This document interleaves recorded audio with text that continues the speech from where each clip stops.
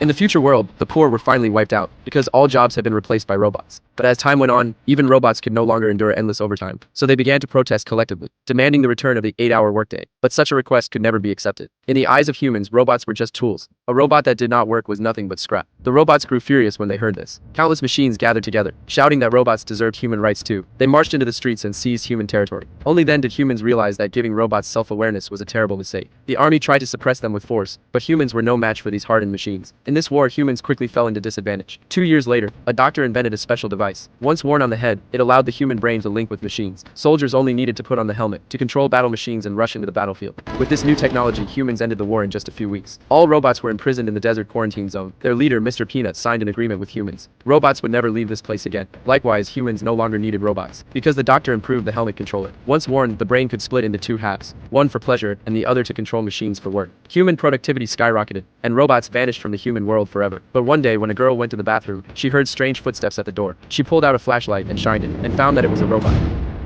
Terrified, she rushed into her room, but the robot seemed to hear her movement. Stepping closer and closer to her room, it searched everywhere for Amy's figure.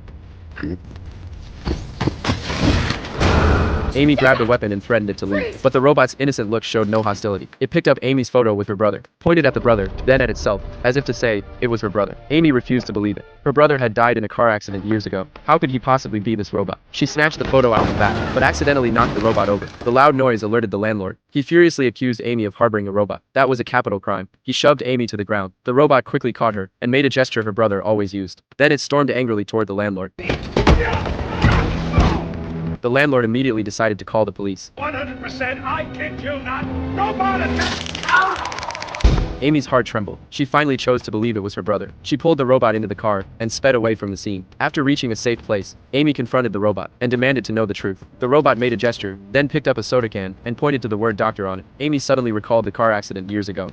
A bespectacled doctor had told her that her brother was dead, but now she realized it had been a lie. Her brother had clearly been kidnapped. Now her brother was remotely controlling the robot. To ask Amy for help, Amy took out a map and asked where he was. He pointed at the robot quarantine zone, indicating he was at its very center. It was a place even robots could not escape from. How could Amy ever reach it? Suddenly she noticed the courier parcels in the car. An idea flashed in her mind. They could hide inside a delivery truck to sneak in. So they waited at the courier station. Sure enough, the courier arrived. The man happened to meet a customer. He brought out an antique pistol from the quarantine zone, a collectible from 1950, priced at $15,000. The customer loved it. Is it loaded? Yes, sir? Yeah, original shells and everything. I throw them in for free.